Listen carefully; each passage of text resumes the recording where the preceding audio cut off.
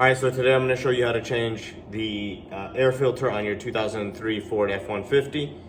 We'll go through what you need and how to do it. It's a quick 2-minute job. An air filter, this is the one that I'm using. It's from AutoZone. The picture outside shows this kind of filter, but it doesn't look like this. It does look like this. All right, so here is your air filter right here.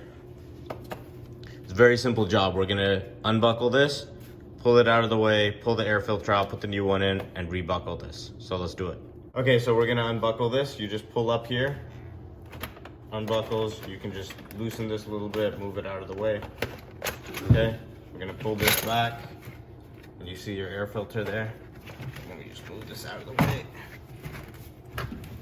Okay, this is the old air filter. Obviously mine's extremely dirty.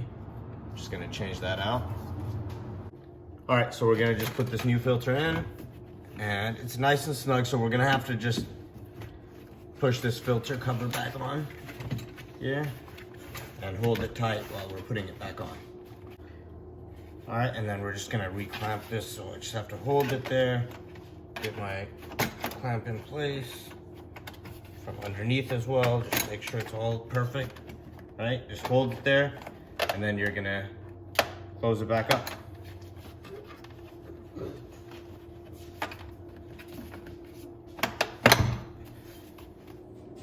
Okay, and that's it. Just make sure that your clamp is all the way around the entire filter housing to make sure it's actually closed and sealed.